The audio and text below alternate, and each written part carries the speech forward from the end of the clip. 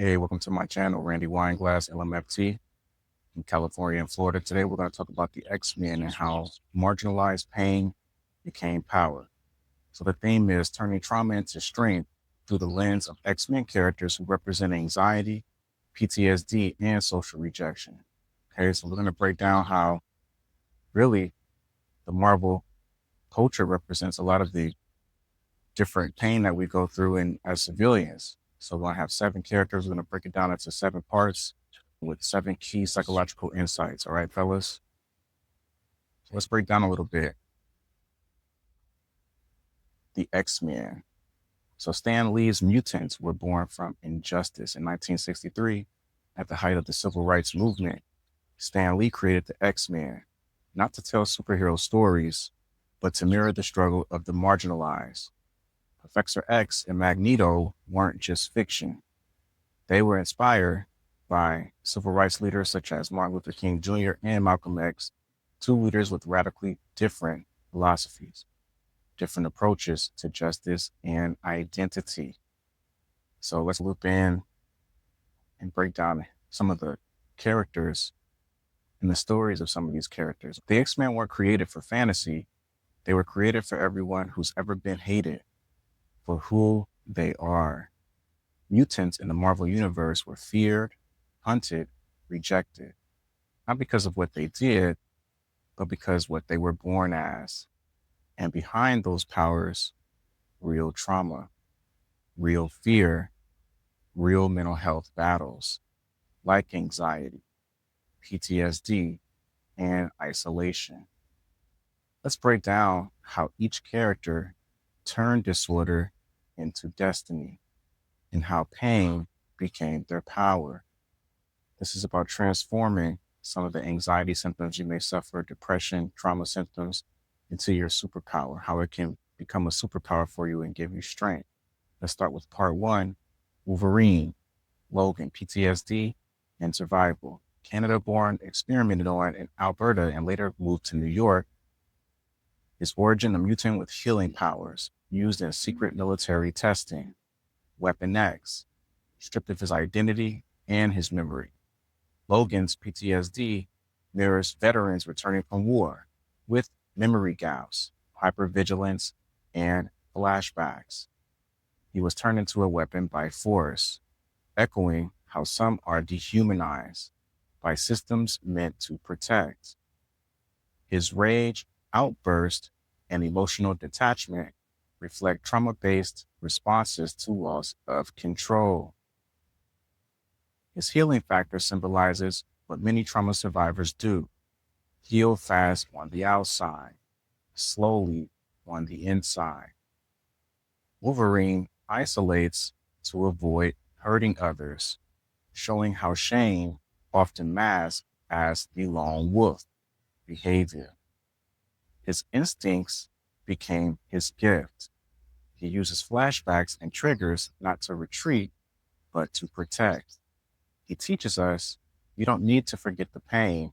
You just need to aim it towards something that matters. This is your value system, aiming it towards something that's bigger, okay?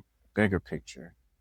You know, we can turn these trauma symptoms to flashbacks, to hypervigilance, into being cautious, being safe, protecting your family, protecting those you care about in the environment. Part 2, Jean Grey, anxiety and identity fragmentation. State, New York native, grew up in Annandale on the Hudson. Origin, a powerful telepath whose mind fractured after witnessing her best friend die as a child. Jean's trauma began in childhood, where her powers awakened during her friend's death. Classic trauma trigger, right? Her anxiety was suppressed through mental blocks, much like how trauma is buried instead of healed. The Phoenix Force is a metaphor for dissociation, a hidden, overwhelming self that explodes when ignored. She feared her own emotions, believing feeling deeply was dangerous. Panic episodes led to power surges, illustrating how suppressed emotion eventually erupts. Healing meant accepting the phoenix within her, not denying it, but integrating it. Gene shows us that the parts of you are most afraid of may actually be the key to your strength. So a lot of times the anxiety, the depression, the stress that you're really afraid of and you're ashamed of can actually be what makes you unique and is your superpower. There's a quote that says weaknesses are exhausted strengths. Think about that. Part three, storm, or Rural Monroe, panic and emotional regulation.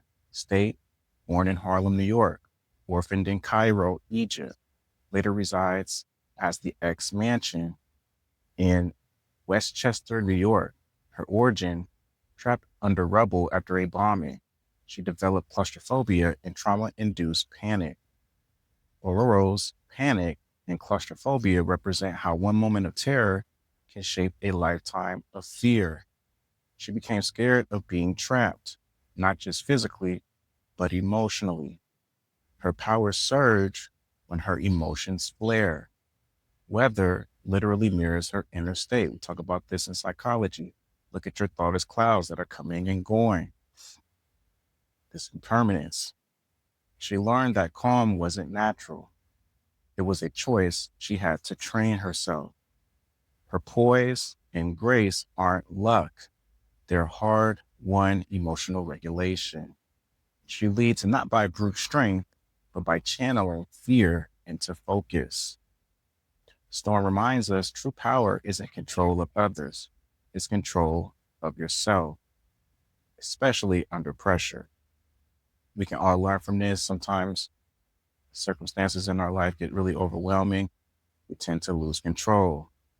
If anxiety had a parent, their name would be out of control because that's the things that tend to drive anxiety, focusing on that. Part four, the Nightcrawler, Kurt Wagner, shame and religious trauma. Born in Bavaria, Germany, eventually relocates to the US, living in Salem Center, New York. Origin, abandoned for his demonic appearance, raised in a traveling circus and devout Catholic home. Kroot's blue skin and tail made him a target of hatred, even from birth. He internalized shame, believing his appearance meant he was cursed or unworthy. You see this a lot in the Black community. And even now in all kind of other communities, we feel ashamed for how we look. We feel ashamed for our skin color, for our skin tone, right? It's like we're unworthy if you're born a person of color, things like that. Or now if you're born white. His teleportation symbolized the desire to disappear when he gets judged. Raised religious, he confused suffering with righteousness. Classic spiritual guilt trauma. He became excessively polite, overcompensating to be lovable. His real growth came when he stopped hiding and embraced both faith and self-worth. Nightcrawler teaches us that healing comes not just from others seeing your beauty, but from you believing it. You got to believe in yourself. White, black, brown, gray, purple, whoever. You got to believe that you are a person of value and you are lovable. Let that be your superpower. Let that be what makes you unique. Part five, Rogue, Anna Marie, intimacy, avoidance, and overwhelm. Stage grew up in Caldecott County, Mississippi. Origin, her first kiss put a boy in a coma. Her powers absorb memories, thoughts, and powers from others. Rogue's trauma is rooted in intimacy. Her body became a source of danger. She feared closeness because it meant losing herself. Every physical touch became a trigger. So she wore gloves, not for fashion, but for self-protection. She battled overwhelmingly sensory input, absorbing others' trauma and identities. Her isolation mirrors how trauma survivors often feel too much for anyone to handle. But she learned her pain gave her deep insight. It gave her deep insight into people's truths.